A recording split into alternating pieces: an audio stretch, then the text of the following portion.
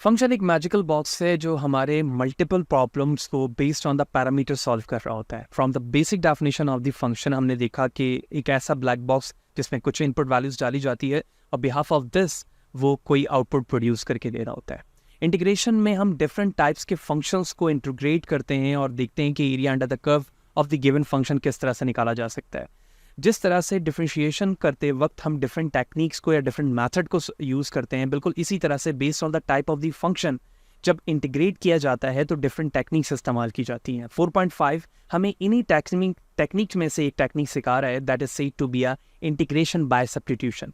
इस मेथड्स को हम with complete examples according to the book जान सकेंगे इस सेशन पे। As a video further continue रखने से पहले बताते चलूँ कि इससे रिलेटेड प्रीवियसली तमाम वीडियोस मेरे यूट्यूब चैनल पर मौजूद है। फाद हुसैन CS से सर्च करने के बाद आप मेरे यूट्यूब चैनल पर आएंगे, इसके प्लेलिस्ट पर जाएंगे जहाँ डिफरेंट डिसिप्लिन्स की वीडियोस मौजूद है। विद ईज आप इन्हें वॉच कर सकते हैं, जबकि इन वीडियोस पर इस्तेमाल होने वाले content related material which mean presentation, slide, code, ये तमाम चीज़ें मेरे ब्लॉग fadhusaincs.blogspot.com पर है। तमाम मटेरियल को फ्रीली डाउनलोड करके यूज़ किया जा सकता है। तो चैनल पर अगर नए हो, चैनल को सब्सक्राइब नहीं किया तो ज़रूर सब्सक्राइब करें ताकि इसी तरह की चीज़ें बर वक्त आसानी के साथ आपको सीखने को मिलते रहें। वीडियो को लाइक करें, ज़्यादा लोगों को शेयर करें। और इसी तरह मेरा एक कोर्स यूडेमी पे live R programming for complete data science का है, जो बहुत सारी चीज़ों को कलेक्ट रखता है with respect to the supervise and unsupervise learning. I highly suggest you कि आप इस कोर्स में ज़रूर एनरोल हो ताकि by using the R approach आप मल्टीपल्स एल्गोरिथम्स को बड़े आसानी से कवर कर सकें। तो टॉपिक पैटर्न रिकॉग्निशन से स्टार्ट होता है और इस कॉन्सेप्ट में सबसे पहली चीज़ जो आती है वो कंपोजिट फंक्शन आता है। As we have seen in the previous session about the composite function कि एक ऐसा फंक्शन जो फंक्शन को इनसाइड द फंक्शन इंक्लूड रखता हो वो कंपोजिट फंक्शन कहलाता है, और आसान लफ्ज़ों में आप नेस्टेड फंक्शन कह सकते हैं। तो अगर मैं एक फंक्शन बनाऊँ जो कि कैपिटल F से रिप्रेजेंट कर रहा है और उसके पैरामीटर्स को g ऑफ x से रिप्रेजेंट करूँ तो that the given function is said to be a composite function. So the discussion is split into a two-part: pattern recognition and the change of the variable. Both technique involve a U substitution because the topic name is a substitution techniques to integrate a function. So with the pattern recognition, you perform the substitution mentally, and with change of the variable, you write the substitution steps. That's a very important two things here. The role of the substitution in integration is comparable to the role of the chain rule. यानी जिस तरह से हम differentiation में chain rule apply करते हैं, जिस तरह मैंने कहा कि कंपोजिट फंक्शन हम पहले जान चुके हैं तो वहाँ पर हमने चेन रूल को देखा था, बिल्कुल इसी तरह से यहाँ पर हम सब्स्टिट्यूशन रूल का इस्तेमाल करेंगे इस तरह के फंक्शंस को रिजॉल्व करने के लिए।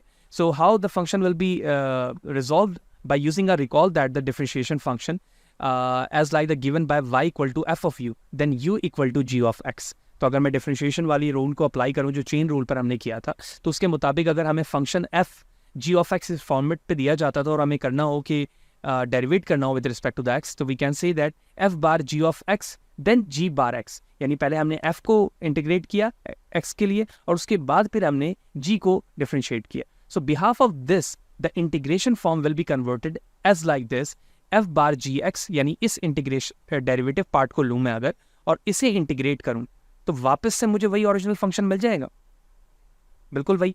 और ऐसा ही होता है कि अगर मैं सिंपल फंक्शन की भी बात करूं, जैसे अगर हमारे पास फंक्शन है एक्स स्क्वायर और जब मैं इसको with respect to the x differentiate करता हूं that is equal to x 2x, और इसी 2x को इंटीग्रेट किया जाए तो ये हो जाएगा एक्स स्क्वायर अपॉन 2। ठीक है, ये 2 से 2 कैंसिल हो जाएगा, तो मैं कह सकता हूं कि x square plus c will be your answer which mean that is equal to this one. ठीक है, तो सेम लॉजिक यहाँ पर इस्तेमाल की गई है। अब ओरिजिनली हमें ये समझना होगा कि अगर मुझे कंपोजिट फंक्शन दिया जाए और सब्स्टिट्यूशन के जरिए से अगर हम रिजॉल्व करना चाह रहे हैं, that is said to be a if the given function in this form let g be the function whose range is an interval i, यानी एक g फंक्शन है जिसका interval capital I, and f be a function that is continuous on i, यानी जो second function f है वो continuous है i पे, जबकि i क्या है, हमारा एक इंटरवल है। If g is differentiable on its domain and f is a antiderivative of the f on i, यानी जो g है वो डिफरेंशिएट किया जा सकता है डोमेन पे जो उसका है, जबकि कैपिटल F जो है वो एंटी डेरिवेटिव है f का। ठीक है, यानी f का anti derivative s capital F है on a interval i, so we can say that the function f g of x multiplied by f bar x dx that is equal to the antiderivative because the capital F is the antiderivative g of x plus c by assuming or letting u equal to g of x। यानी हम substitution rule apply कर रहे हैं to integrate this kind of the composite function तो मैंने कहा u बराबर है g ऑफ x के और du बराबर होगा g बार x के। तो बेस्ड ऑन दिस अब हमारा फंक्शन कन्वर्ट हो जाएगा F U D U that is equal to this one u plus c। So we can say that the integration of the composite function lastly look like this one. Hope you understand what are the composite function and what is the substitution techniques here. If you more observed with respect to the title or the name of this, जो हमारा originally f of f है वो हमारा outside of the function है, जैसे आप यहाँ देख रहे हो ये outside है, जो g of x है वो inside है, जबकि g बार x जो है वो derivative of the inside function है, यानी ये जो inside function था इसका ये डेरिवेटिव है g बार x, राइट? ओके, कुछ प्रॉब्लम्स देखते हैं, प्रॉब्लम से हमें मजीद ये चीज़ें अंडरस्टैंड हो जाएंगी कि एक्चुअली सब्स्टिट्यूशन मेथड क्या है। तो रिकॉग्नाइजिंग द फंक्शन भी देखा हमने। रिकॉग्नाइजिंग का मतलब ये है कि हम किस तरह से अंडरस्टैंड कर रहे हैं कि फंक्शन का कौन सा पार्ट g ऑफ x है और कौन सा पार्ट g बार x होगा। तो हमें फाइंड करना है x square plus 1 whole square 2x dx। तो ये हमारा फंक्शन है। तो बेस्ड ऑन दिस फंक्शन मैंने इस पार्ट को कहा कि ये है हमारा g ऑफ x और ये जो 2x है इसे मैंने कह दिया g बार x, यानी ये हो गया gx, ये हो गया g बार x, ठीक है? जबकि dx सब्स्टिट्यूशन के लिए चेंज होगा अगर आप u के फॉर्म पे उसको लेके जा रहे होंगे, ठीक है? तो यही चीज़ हमने अज्यूम कर लिया, x स्क्वायर प्लस 1, ठीक है, gx है और 2x जो है वो g बार x है। तो after this f of gx equal to f x square plus 1 that is equal to x square plus 1। From this you can recognize that the integrated follows that f gx g bar x pattern using the power rule for the integration, and according to the theorem of the 4.3 you can write this, or you can say you can rewrite this in the following pattern. तो x square plus 1 whole square ये हो गया हमारा g of x, क्योंकि मैं function के form पर लिख रहा हूँ तो उसके साथ f भी लिखा जा रहा है, ठीक है? यही चीज़ है ना भाई यहाँ पर, अगर आप इस पार्ट को देखो तो, ठीक है? उसके बाद g बार x है जो कि एजम्पशन का पार्ट है, वो यहाँ पर लिखा गया dx। तो that is equal to 1/3 x square plus 1 whole to power 3 plus c। तो trying using the chain rule, यानी आप अगर इसमें चेन रूल अप्लाई करें to check the derivative of 1/3 plus c is the intended to the original interval. यानी अगर मैं इसमें चेन रूल अप्लाई करूँ ना इस पार्ट पे जो हमारा लास्ट आंसर आया है, तो ये वापस से मुझे क्या मिल जाएगा? यही मिल जाएगा जो हमारे पास ओरिजिनल था, और होना भी चाहिए क्योंकि हमने देखा है कि जो एंटी डेरिवेटिव है वो डेरिवेटिव का रिवर्स होता है, और इस एंटी डेरिवेटिव को जब मैं इंटीग्रेट करूंगा तो ये वापस मुझे ओरिजिनल फंक्शन की तरफ लेके चला जाएगा, ठीक है? होप यू अंडरस्टैंड कि what the method of the recognising of the composite function and it's solution, ठीक है? यहाँ थोड़ा सा शॉर्ट स्टेप्स इस्तेमाल किया गया है कि आप इंटीग्रेट किस तरह से करते हैं, लेकिन एग्जाम्पल नंबर 2 के अंदर मजीद बेहतर तरीके से इस चीज़ को कवर किया गया है। देखें नेक्स्ट में 5 cos x dx है। यहाँ देखते ही कंपोजिट फंक्शन समझ में आ गया, क्योंकि ये जो पार्ट है cos x को अगर आप देखो यहीं पे समझ में आ जा रहा है कि ये एक नेस्टेड फॉर्म पर मौजूद है, ठीक है? और 5 भी सेपरेटली इसके साथ मौजूद है, तो दो अलग अलग फंक्शंस हैं। अगर मैं g ऑफ x की बात करूं तो g ऑफ x जो है वो 5x है, ठीक है? जबकि f बार जो g बार x होगा वो 5 हो जाएगा, ठीक है? अब यहाँ पर एक चीज़ समझने की है कि ये जो 5 है 5, ठीक है, अगर आप 5 लिखोगे कहीं पे भी और इसके साथ आप dx लिखो तो यकीनी तौर पे ये x के रिस्पेक्ट से इंटीग्रेट होगा तो ये 5x हो जाएगा, ऐसे ही होगा ना? तो यहाँ पे g ऑफ x कहा गया है 5x, जो इसका बार निकाला गया है तो वो क्या है? 5 के बराबर हो गया। तो बेस्ड ऑन दिस मैं कह सकता हूँ कि जो f ऑफ gx होगा वो 5 cos x के बराबर हो जाएगा, ठीक है? And according to the chain rule और cosine rule of the integration according to this method cos 5x and 5 dx, ठीक है? क्योंकि मैंने 5 को ये जो पीछे लिखा हुआ है मैं उसको आगे लिख सकता हूँ, बात वही है। तो cos 5x, ठीक है, ये हो गया f g ऑफ x, और इसका डेरिवेटिव अगर आप f बार g को देखो, सॉरी g बार x को देखो तो 5 हो गया। ये सिंप्लीफाई रूल हो गया। अब अगर आप cos को देखें सब्स्टिट्यूशन के रिस्पेक्ट से तो ये sin x और कॉन्स्टेंट का 0 हो जाएगा यकीनी तौर पे, क्योंकि यहाँ पे लिमिट मौजूद नहीं है, या 5x हो जाएगा। तो इस लिहाज से जो सब्स्टिट्यूशन मेथड है वो डायरेक्टली इसको सोल्यूशन में बता रहा है कि that is equal to sin 5x, so you can change by it differentiation 5x sin x to obtain the original. यानी अगर मैं इसको डिफरेंशिएट करूँ तो that is equal to this one as well, ठीक है? तो सब्स्टिट्यूशन के जरिए से इस चीज़ को सॉल्व किया जा रहा है। मैं सब्स्टिट्यूशन की कुछ ट्रिग्नोमेट्रिक फंक्शंस भी अभी शो करूंगा, बड़े आसानी से वो चीज़ हमें समझ में आ जाएगी, ठीक है? तो मजीद यहाँ पे रिकॉग्नाइजिंग पैटर्न्स के कुछ क्वेश्चंस मौजूद हैं A B C D E F के फॉर्म पर, ठीक है? The intended in which the following integral fit the pattern, ठीक है? तो ये इस पे फिट हो रहे हैं। Identify the pattern and use the result to evaluate the integral. मैं चाहूँगा कि आप इन 6 फंक्शंस के मुझे पैटर्न्स ऑफ दिस ज़रूर बताएं कि इसमें से कौन सा g ऑफ x है और कौन सा g बार x होगा ऑन दिस 6 फंक्शंस, कमेंट्स में मुझे ज़रूर बताएं इस हवाले से, ठीक है। मैं कुछ मज़ीद प्रॉब्लम्स की तरफ आगे चलूँगा। Okay, so the integrated in example 1 and 2 fit the function, जैसे कि अभी हमने दोनों एग्जाम्पल्स देखे, F G of X and G bar X pattern exactly. You only had to recognize the pattern. You can extend the technique considerably with the constant multiple rule. यानी जिन दोनों examples को हमने कवर किया उसमें pattern को read करना हमारे लिए बड़े इंपॉर्टेंट था, और अगर हम इस टेक्निक को इस्तेमाल करें जो इंटीग्रेशन के कांस्टेंट रूल में, तो इसके ज़रिए से हमें उन जी ऑफ एक्स और जी ऑफ बार एक्स को पहचानना या उसको अंडरस्टैंड करना मज़ीद आसान हो जाता है। यानी अगर इंटीग्रेशन पे हमें constant function of x D x लिखा जाए, यानी कि यहाँ पे कांस्टेंट है, तो मैं इस कांस्टेंट को बाहर ले आऊँगा, क्योंकि कांस्टेंट का इंटीग्रेशन कांस्टेंट ही होता है, यानी वो रिस्पेक्ट टू एक्स काम नहीं करता। हम फंक्शंस का जब इंटीग्रेट निकालते हैं तो with respect to the integration दिया जाता है कि एफ ऑफ एक्स पे डी एक्स अप्लाई करना है, डी टी पर डी टी अप्लाई करना है, जेड पे Z D of Z apply करना है, तो कांस्टेंट को हम बाहर ले जाते हैं। तो many integrants contain the essential part which mean the g of x but are the missing a constant multiple. In such cases you can multiply and divide the necessary constant multiples as shown in example 3. तो इस तरह के जब आपके constant part आ रहे होते हैं तो आप example 3 के ज़रिए से या example 3 को हेल्प करते हुए या तो आप वैल्यूज़ को मल्टीप्लाई कर सकते हैं या डिवाइड करके उसे कैंसिल आउट कर सकते हैं। कैसे? एग्जाम्पल 3 के अंदर ये समझते हैं। फंक्शन है x multiply by X square plus 1 whole to square D X. यहाँ से देखते ही समझ में आ गई ये कंपोजिट फंक्शन है, ठीक है, क्योंकि दो फंक्शन है यहाँ पर g of x and g bar x। So this is similar to the integral given in example 1. Expect that the integrated is missing a factor of 2, यानी factor 2 यहाँ पर missing है। Recognizes that 2x is a derivative of the x square plus 1. यानी अगर मैं 2x देखता हूँ तो मैं कह सकता हूँ कि इसका डेरिवेटिव x square plus 1 हो सकता है, ठीक है। So you can let g of x, तो मैंने अब कहा कि g of x जो है वो x square plus 1 है, ठीक है, ये जो पार्ट है हमारा, ठीक है। तो मैंने कह दिया g of x equal to 1 and supply the 2x as follow। अब हमें 2x किस तरह से पुट करना है, क्योंकि यहाँ पर ओरिजिनली क्या है, x है, ठीक है। तो इस चीज को जब इंटीग्रेट किया जाएगा, ठीक है, तो डेरिवेट किया जाएगा, सॉरी, तो ये किसके बराबर होगा, 2x के बराबर होगा, ठीक है। इस चीज को अंडरस्टैंड करने के लिए हमने क्या किया कि इस फंक्शंस को 2 से मल्टीप्लाई एंड डिवाइड करना है। ये देखो, तो मैंने लिखा g ऑफ x और g बार x, उसको इंटीग्रेट करने के लिए 2 से मल्टीप्लाई एंड डिवाइड कर दिया, ठीक है। अब जब हमने किया तो इसको मैंने कह दिया कि g ऑफ x और ये हो गया g बार x 2x के साथ लिखा गया, ठीक है, multiply and divide by 2। Constant multiple rule apply किया, ठीक है, 1/2 ये जो डिवाइड वाला था उसको मैंने बाहर कर दिया क्योंकि ये कांस्टेंट है, यही चीज़ अभी हमने ऊपर देखा, कांस्टेंट रूल, ठीक है।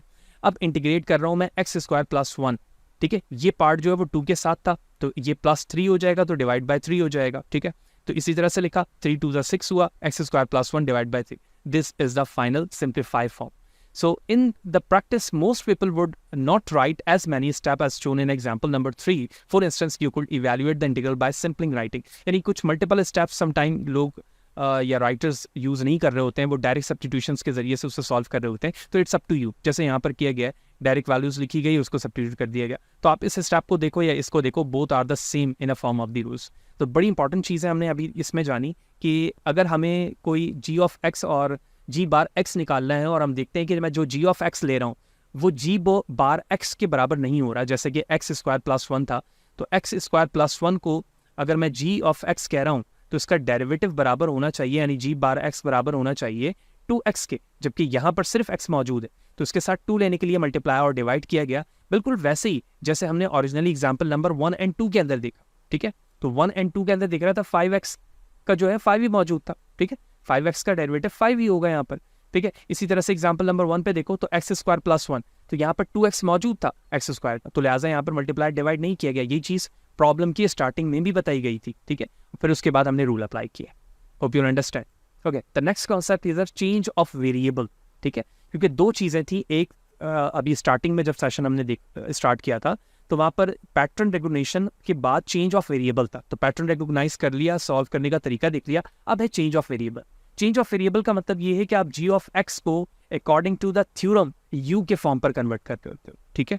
अगर मैं थोड़ी देर के लिए रिकॉल करूँ थ्योरम को, जो हमारा एसेंशियल पार्ट था वहाँ पर इसी तरह से करके दिखाया गया था ना भाई, ये चेंज ऑफ वेरिएबल है u, ठीक है, u equal to g of x and du equal to g bar x, and that is a part of the change of variable.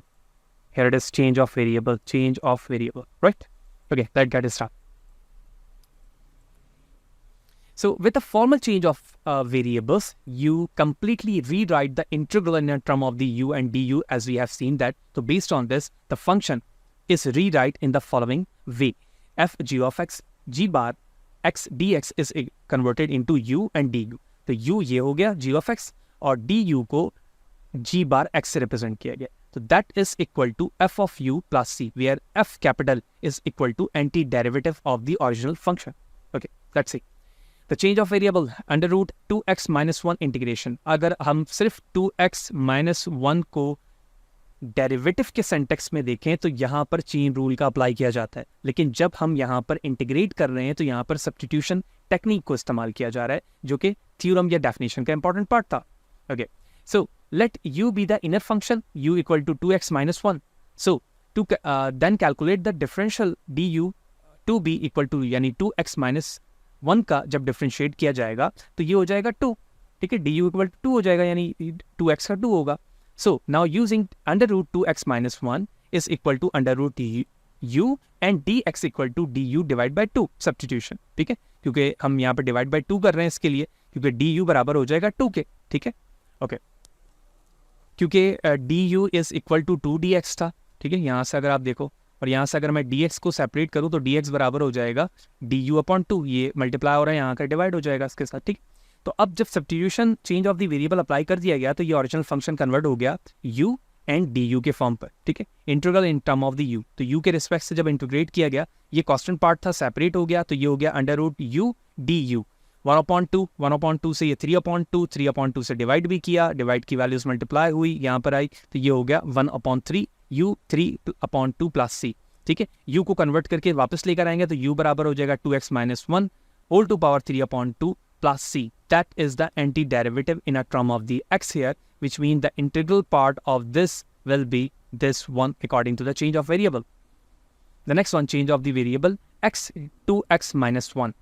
अब यहाँ पे बड़ी इंपॉर्टेंट चीज़ है, अगर आप देखो कि 2x minus 1 का जब हमने ओरिजिनली डिफ्रेंशिएट लिया तो ये 2 के बराबर था, राइट?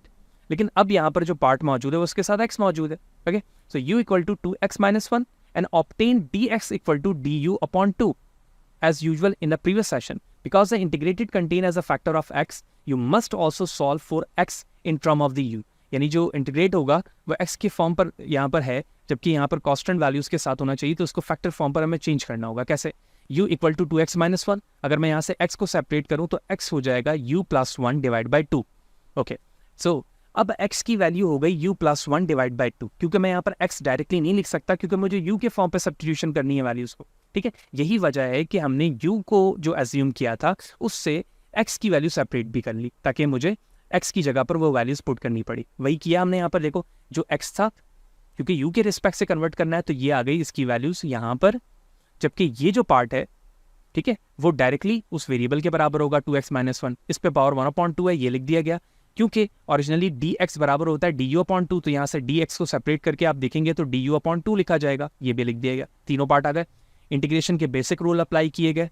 बेसिक रूल अप्लाई करने के बाद जिस तरह से वैल्यूज ऐड होती है फिर डिवाइड उसी वैल्यू से किया जाता है, वो किया गया. सिंप्लीफाई किया, and that will be the your simplest form of the values, which mean the integral part by using the change of the variable according to the substitution rule. This will be the your answer.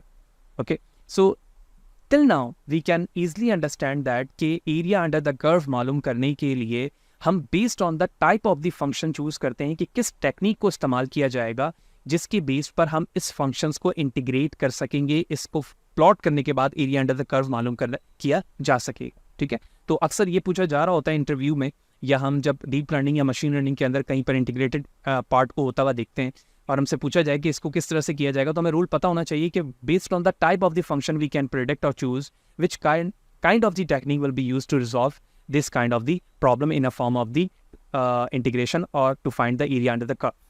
The next one, example 6, change of the variable in that form of the trigonometric. तो sin square 3x cos 3x, ठीक है, ये trigonometric functions हैं change of the variables पे. तो मैं चाहूँगा कि इस trigonometrics को समझने से पहले मैं कुछ स्लाइड बेस आपको 3 क्वेश्चंस बेसिकली करवाऊँ, जहाँ पर हम trigonometrics के substitution मेथड को यूज़ करते हुए उसे सॉल्व करेंगे. उसके बाद एग्जाम्पल 6 में आएंगे, बहुत अच्छे तरीके से ये बात समझ में आ जाएगी हमें. Okay, sometime using the trigonometric functions, we will use the trigonometric substitution technique you can say to solve or obtain the area under the curve. तो तीन इसके कॉन्सेप्शनल व्यू हो सकते हैं. जैसे फर्स्ट आप यहाँ देख रहे हो कि square root of a square minus x है, a square plus x square है और एक्स स्क्वायर माइनस ए. तो फर्स्ट में अगर मैं ट्रिग्नोमेट्रिक सब्स्टिट्यूशन अप्लाई करूँ, so to resolve the value in a form of the x in a form of the A converted, so x equal to A sine theta. जब मैंने A sine theta x square की जगह put किया तो इन दोनों में से मैं ए स्क्वायर को कॉमन ले सकता हूँ, तो which it's converted the expression into 1 minus sine square theta. And according to the theorem 1 minus sine square theta is equal to cos square. So A square cos square theta under root, जब square से root cancel होगा तो that is converted into A cos theta, which mean the integral or the integration of the a square minus x square root is equal to a cos theta. अगर ये plus के साथ है और हम इसको ट्रिग्नोमेट्रिक सब्स्टिट्यूशन से resolve करना चाह रहे हैं तो मैं x की जगह पर a tan ले सकता हूँ. सब्स्टिट्यूट करने के बाद a कॉमन लिया, 1 प्लस tan स्क्वायर sec के बराबर होता है. स्क्वायर से स्क्वायर रूट कैंसिल होगा, a sec will be the integration of this part. Same for the x square minus a sec theta square use करूँगा स्क्वायर की जगह. sec square minus 1 tan square के बराबर हो जाएगा, स्क्वायर कैंसिल होगा, a tan theta will be the integral of this x square minus a square root. So this is a technique of the substitution to find the integration of these functions by using the substitution method. So based on this, अब हमें ये example समझना हमारे लिए आसान होगा, जिसमें हम ये देख रहे हैं कि जो ओरिजिनली फंक्शन ट्रिग्नोमेट्रिक फॉर्म पे दिया गया है sine square 3x cos 3x, क्योंकि इस मेथड को देखते ही हमें समझ में आ जा रहा है कि ये एक कंपोजिट फॉर्म है फंक्शन का. ठीक है, तो based on this sine square 3x, ठीक है, sine square 3x will be written in this form, ये इसके बराबर हो जाएगा. So you can let u equal to sine 3x, यानी मैंने साइन 3x को u एज्यूम कर लिया. ठीक है, जबकि du of this will B cos 3x3, क्योंकि हमने u इंटू वी टेक्निक यहाँ पर इस्तेमाल की क्योंकि ये एक कंपोजिट फंक्शन है. तो du इसका हो जाएगा cos 3x3. ठीक है, यानी आप सिंपली ये कह लें कि derivative of this u with respect to the u. अब क्योंकि हमें यहाँ पर dx को सेपरेट करना है, तो dx को जब मैंने सेपरेट किया तो that is equal to du upon 3. ठीक है, du upon 3 will be the dx value. Now the substitution u and du upon 3 in the original integral yields, which mean this one. So the system of this equation or function converted into a u square, which mean this one, and this is a du and dx equal to 1 upon 3. Okay, du is equal to 1 upon 3. Based on this 1 upon 3 को हमने separate किया, u square को integrate करेंगे, u cube upon 3 1 upon 9, u cube को sine के form पे convert किया तो that is equal to 1 upon 3 sine cube 3x plus c. And you can check by the differentiation, अगर मैं इसी फंक्शन को डिफरेंशिएट करूं that is equal to originally this form of the function that is given in a form of the question. Hope you understand the change of the variable in a form of the trigonometric functions. So these are all the guidelines for changing the variables when you are intentionally ready to applying the change of the rule in a function to find the area under the curve. According to the examples we have solved till now, the first step here, choose a substitution u equal to g of x. Usually it is the best to choose the inner part of a composite function such as the quantity raised to a power. ठीक, inner part को हम choose करें जो कि quantity raise कर रही हो. Compute करेंगे du, यानी इस फंक्शन जो मैंने u चूज किया है इसका du करूंगा जो कि g बार x dx के बराबर होगा. 3. Rewrite the integral in term of the u variable, यानी हम रीराइट करेंगे ओरिजिनल फंक्शन को u के फॉर्म पे. फाइंड करेंगे resulting integral in a form of the या in a term of the u only, यानी मैं इंटीग्रेट करूंगा with respect to the u. उसके बाद रिप्लेस करेंगे u को by gx to obtain the anti derivative in a term of the x, यानी उस फॉर्म पे हम कन्वर्ट कर लेंगे ताकि anti derivative in a form of the x किया जाए. और उसके बाद डिफरेंशिएट करके दोबारा से रीचेक कर लेंगे, या you can say that the check the answer by the differentiating that is equal to the originally one function here or not. ठीक है, तो ये कुछ स्टेप्स है जो रीराइट करने के लिए. इसके बाद हमारे पास एक इम्पॉर्टेंट स्टेप्स है या इम्पॉर्टेंट पॉइंट है जिसको हम journal rule of the integration कहते हैं. General rule of the integration की बात करें तो रूल में क्या होता है कि अगर हमें x वैल्यूज़ दी जाए इंटीग्रेट करने के लिए with respect to the x, तो हम क्या करते हैं, जो भी इसके पर वैल्यूज़ मौजूद है उस पर 1 ऐड करते हैं और उसी ऐड वैल्यूज़ के स्ट्रक्चर से उसे डिवाइड भी करते हैं, यानी that will be equal to x square upon 2. ठीक है, तो ये बेसिक इंटीग्रेशन का रूल है. So based on this, the theorem 4.1 says the general power rule for the integration. If g is a differentiable function of x, यानी एक function है g जो डिफरेंशिएट हो सकता है फंक्शन x के लिए, then the g of x to power n g bar x dx equal to यानी जो जी ऑफ एक्स हमारा ओरिजिनली फंक्शन है जो पावर ऑफ एन है, इस एन पे +1 करूंगा, उसी नंबर से मैं इसे डिवाइड भी कर दूंगा plus c, where n is not equal to -1. तो equivalently based on the theorem of the substitution, तो u equal to g of x, तो u की पावर n प्लस बराबर हो जाएगी u n+1 divide by n+1. ठीक, that is equal to the basic rule of the power rule in the integration. So based on this rule, example 7 shows the substitutions rule या substitution method using a general power rule on it. ठीक है, तो हमारे पास एक function मौजूद है 3x minus 1 divide by 4. अगर आप इस पार्ट को देखें, अगर आप g of x ले रहे हैं फॉर एग्जाम्पल, तो इस 3x minus 1 का डेरिवेटिव अभी मैं बात कर रहा हूँ वो हो जाएगा 3, जो कि यहाँ पर ऑलरेडी मौजूद है. ठीक, d of x के रिस्पेक्ट से. अगर मैं इस पार्ट को एज्यूम करूँ u के रिस्पेक्ट से और इसे du लूँ, ठीक है, तो ये बराबर हो जाएगा, इस पे n है. ठीक है, तो मैंने कहा कि ये बराबर है u4 के. ठीक है, क्योंकि इस पे पावर 4 मौजूद है और ये 3 du dx के बराबर हो जाएगा. ठीक, अगर मैं इस पे पावर अप्लाई करूं तो ये हो जाएगा 5 डिवाइड बाय 5 प्लस c. ठीक है, यानी इस 4 को हमने 5 किया और डिवाइड भी उसी नंबर से कर दूंगा जैसे यहाँ पे किया गया. ओके, ये हो गया 1. d के लिए देखें 2x plus 1 x square plus x का जो डिफरेंशिएट होगा 1 हो जाएगा, 2 का एक्स स्क्वायर हो जाएगा 2x. ठीक है, यानी gx भी मौजूद है, g बार x भी मौजूद है. सब्स्टिट्यूशन करूंगा इस पे, जो ओरिजिनली फंक्शन है एक्स स्क्वायर प्लस x, इसे मैं कह रहा हूँ g ऑफ x. तो g ऑफ x n के बराबर था. अगर आप देखें यहाँ पे ये था ना भाई, g ऑफ x n था, जबकि g बार x पर जो है वो पावर अप्लाई नहीं हो रही है. तो इस पे किया मैंने 1 के बराबर हुआ, तो ये हो गया x square plus x square upon 2. और ये जिस चीज़ के बराबर है वो इस पार्ट के बराबर है. ठीक है ना, ये वाला पार्ट इंटरटेन नहीं हो रहा है यहाँ पर. ठीक है, यही चीज़ किया गया और ये चीज़ यहाँ पर सॉल्व हो गई. ठीक है, same for the c, same for the d, same for the e. You can directly understand by using the substitution rule here, using including the concept of the power rule, right? So the last one, some integral whose integrants involve quantities raised to the power cannot be found by the general power rule. Consider the two integral. यानी कुछ ऐसे होते हैं जहाँ पर हम directly power rule apply नहीं कर पाते. इसकी वजह ये होता है कि उसका जो डेरिवेटिव होता है वो डायरेक्टली वहाँ पर मौजूद नहीं होता है. जैसे हम यहाँ पर देख रहे हैं, क्योंकि एक्स स्क्वायर प्लस 1 की पावर 2 है, और अगर हम मैं डायरेक्टली यू सब्स्टिट्यूशन करूँ तो ये 2x आएगा, जबकि यहाँ पर सिंपली x मौजूद है. ठीक है, इसी तरह से नेक्स्ट पार्ट में एक्स स्क्वायर है तो 2x तो यहाँ पर है ही. तो substitution method shows that u equal to x square plus 1 work on a first integral but not in a second one. In the second the substitution fail because the integrate lacks the factor of x need for the du. ठीक है, du के लिए factor यहाँ पर जो है वो leg कर रहा है. Fortunately for the particular integral you can expand the integrated as x square plus 1. इसको मैंने ओपन कर दिया एक्स स्क्वायर प्लस 1 के फॉर्मूले से, and use the simple power rule to integrate each of them. यानी अब मुझे इंडिविजुअली एक एक करके सब पर पावर रूल अप्लाई करना होगा और उसके बाद उसे इंटीग्रेट करना होगा, जो बिल्कुल बेसिक रूल होता है इंटीग्रेशन का. And the next one, change of the variable for the definite integral. यानी अगर हमारे पास इंटीग्रेशन पर या इंटीग्रल पर डेफिनाइट इंटीग्रल के फॉर्म पर वेरिएबल मौजूद है, तो वहाँ चेंज ऑफ वेरिएबल का किस तरह से इस्तेमाल किया जाएगा, यानी अपर एंड लोअर लिमिट के साथ अगर वो मौजूद हो.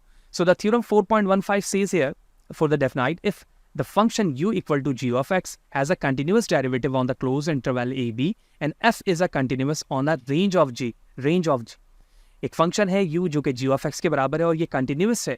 ठीक है, डेरिवेटिव इसका कंटिन्यूस है क्लोज इंटरवल a b पर, जबकि f एक फंक्शन है जो कि रेंज ऑफ g पर मौजूद है. तो मैं कह सकता हूँ कि f of g x g bar x d of x का जब इंटीग्रल किया जाए a of b a limits पर, तो g of a and g of b को मैं अपर एंड लोअर लिमिट अप्लाई करूंगा f ऑफ u du के लिए.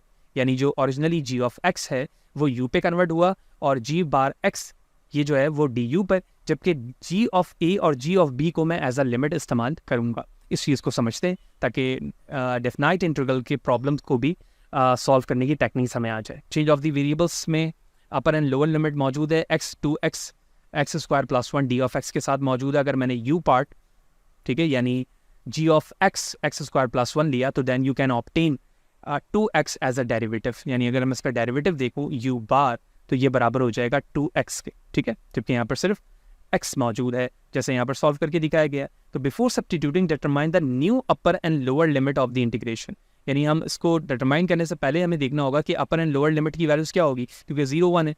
तो 0 1 पर जब आप इंटीग्रेट करेंगे x के रिस्पेक्ट से, तो उसकी लिमिट वैल्यूज चेंज होगी, जैसे अभी हमने यहाँ पर देखा.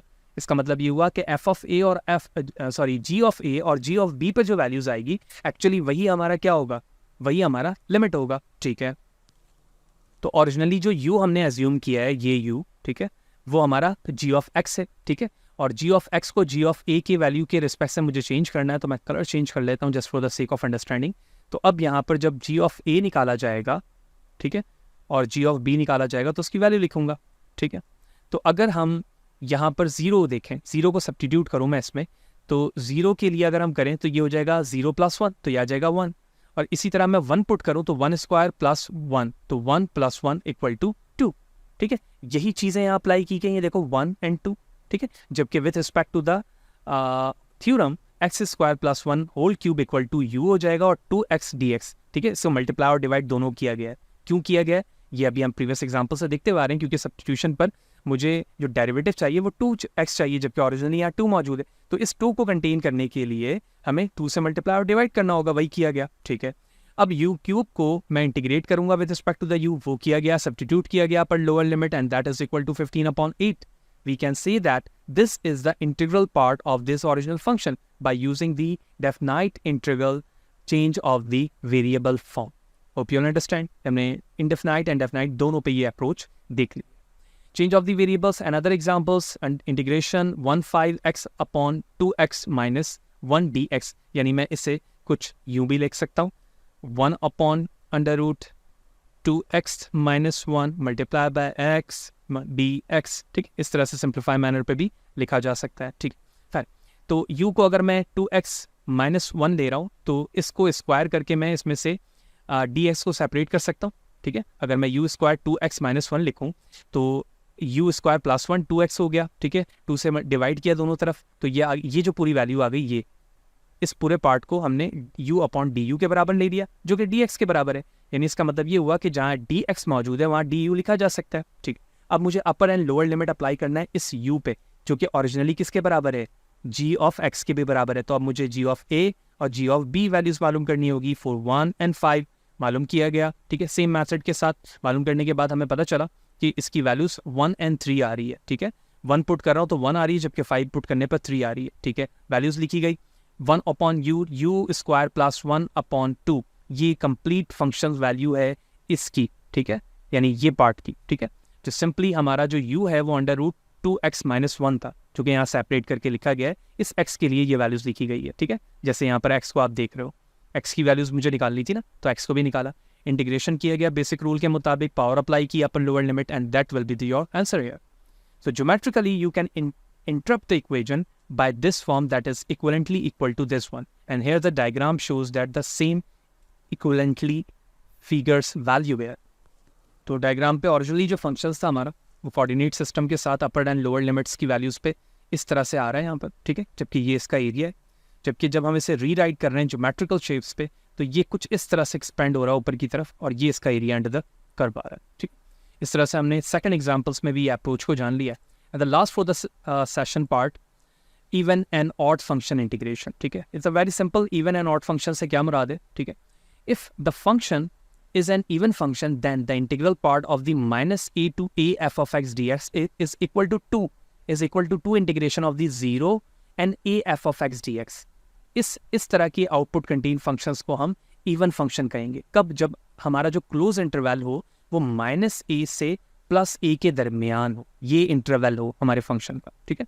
जबकि ऑड फंक्शन उसे कहेंगे जिसका सेम इंटरवल 0 के बराबर आ जाए, यानी अपर एंड लोअर लिमिट +/-1 हो, f of x dx की वैल्यू जब 0 आती है तो वो ऑड होता है, जब 2 a f of x dx आती है तो वो इवन फंक्शन होता है, ठीक है। So based on this there is a proof here, but we can understand in a way of the example.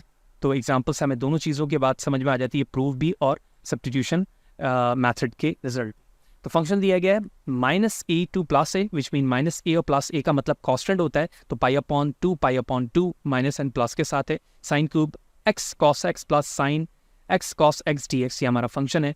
तो ओरिजिनली इस फंक्शंस को हमने देखा तो डायरेक्टली हम चेक करेंगे कि क्या इसकी वैल्यू -x के रिस्पेक्ट से वही आ रही है या नहीं। तो हमने पहले सपोज किया कि f -x इक्वल टू जो x की वैल्यूज थी हमने उसको नेगेटिव पुट किया, ठीक है। और नेगेटिव पुट करने के बाद जब मैंने लिखा तो that is equal to minus sine cube x cos x negative sine x cos x, which mean that is equal to minus sine x या -x।